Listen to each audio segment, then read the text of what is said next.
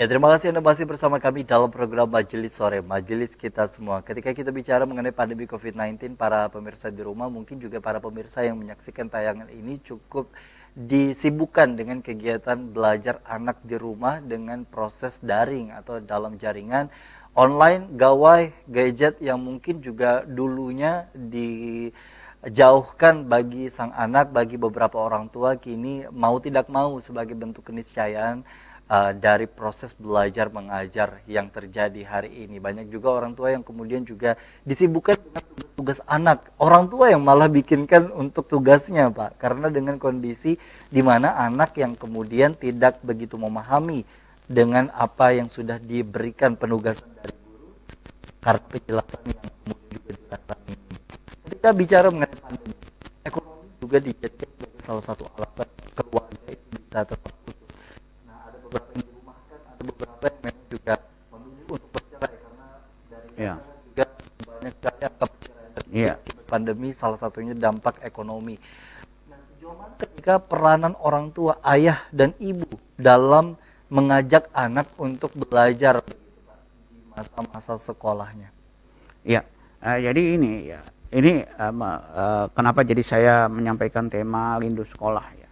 Karena memang kebanyakan ya disorakan juga oleh orang tua ya, mereka ingin kembali ke sekolah karena memang di beberapa negara, misalnya di Korea itu sudah 7 bulan yang lalu ya itu sudah blended learning ya. Jadi blended learning itu 3 hari di sekolah tentu dengan protokol kesehatan dan 3 hari di rumah. Ya, di Thailand juga tetangga kita itu juga seperti itu, tentu dengan memperhatikan protokol kesehatan. Nah, kenapa? Ya karena itu tadi. Ya, banyak sekali ya saya sempat meneliti juga bahkan di awal-awal ya di bulan di Januari, di Desember, bukan Desember ya, saya Oktober juga meneliti ya bagaimana problematika ya tentang pembelajaran daring. Nah, itu memang kebanyakan orang tuanya yang stres.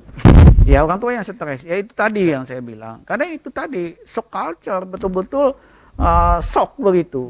Ya, yang biasa semuanya tergantung pada orang tua. Nah, ini yang biasa tergantung pada sekolah begitu. Ini kan ke orang tua. Jadi ditumpuk ke orang tua. Apalagi misalnya di rumah itu ibu, bapaknya tadi bekerja. Bahkan banyak bapaknya yang bekerja, yang asalnya bekerja disiplin, misalnya berangkat jam 7.30, balik misalnya jam 16 karena statusnya menjadi karyawan tetap, di PHK menjadi pegawai serabutan. Nah, pegawai serabutan kan nggak kenal waktu. Betul. Akhirnya kan ibu semuanya tertumpuk. Akhirnya peran bapak menjadi tidak terlalu signifikan lagi. Nah, oleh sebab itulah saya kira meskipun sudah berjalan 1 tahun ini jalinan komunikasi antara orang tua, guru, ya, guru harus sadar sesadar-sadarnya bahwa ini bukan pelimpahan tanggung jawab, bukan pelimpahan tanggung jawab ini.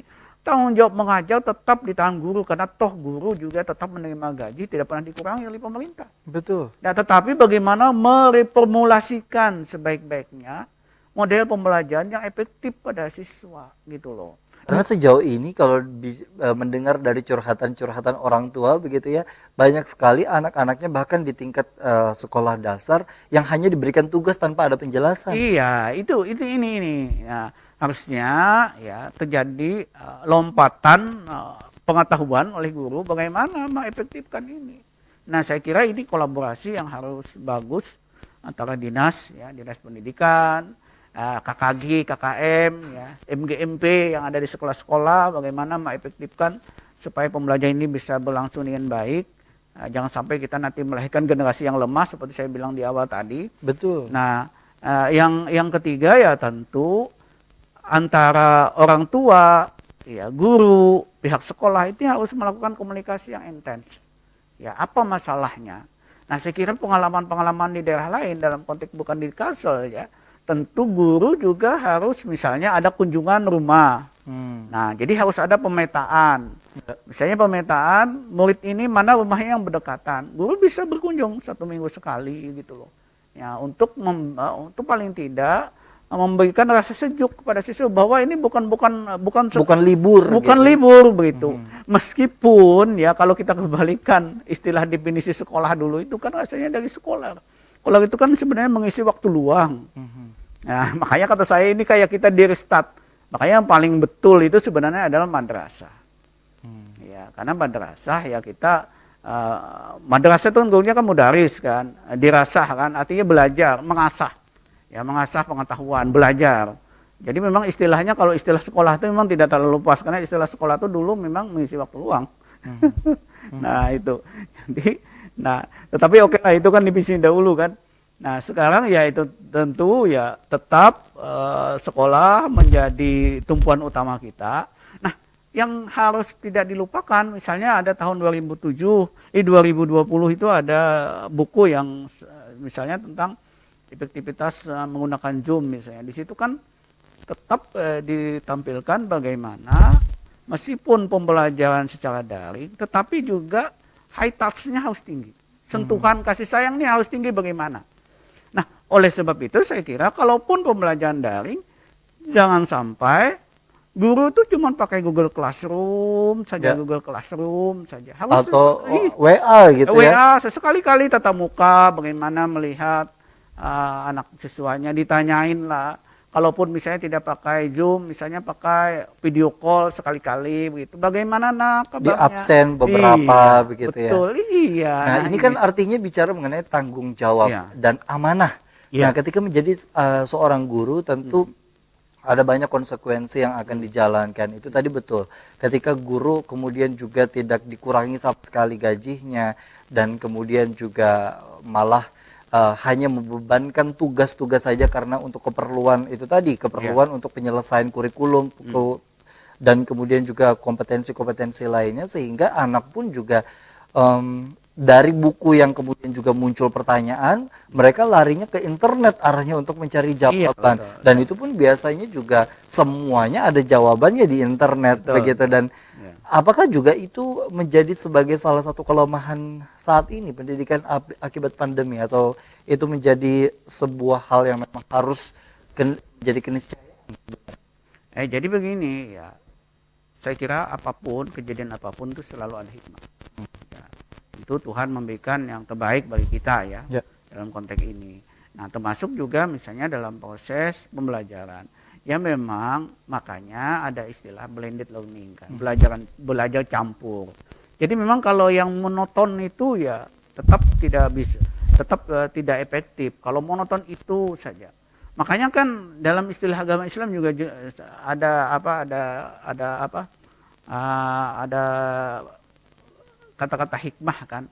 Khairul umur awsatuha, yang sebaik-baik itu yang di tengah-tengah. Maksudnya jangan monoton gitu loh. Ya. Nah, jangan monoton. Jadi oleh guru ya tentu harus kreatif. Ini yang dipentingkan itu adalah kreativitas guru. Ya, kreativitas guru di bagaimana mengolah pembelajaran bagi siswa ini sehingga efektif dan punya rasa tanggung jawab yang besar bahwa ini anak bukan anak orang tapi ini anak kita.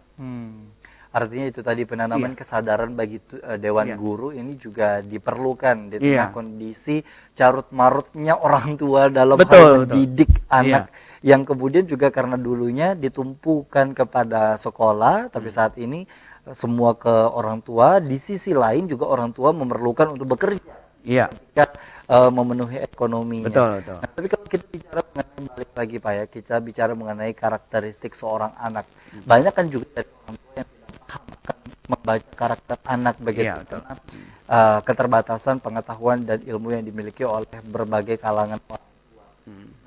Kalau bagi introvert memang begitu senang akan belajar di rumah sendiri dan lain sebagainya. Tapi kalau ekstrovert yang mereka lebih sering sosialisasi dan kemudian juga untuk bisa bertatap muka secara langsung agak kesulitan menerima pelajaran dan lain sebagainya.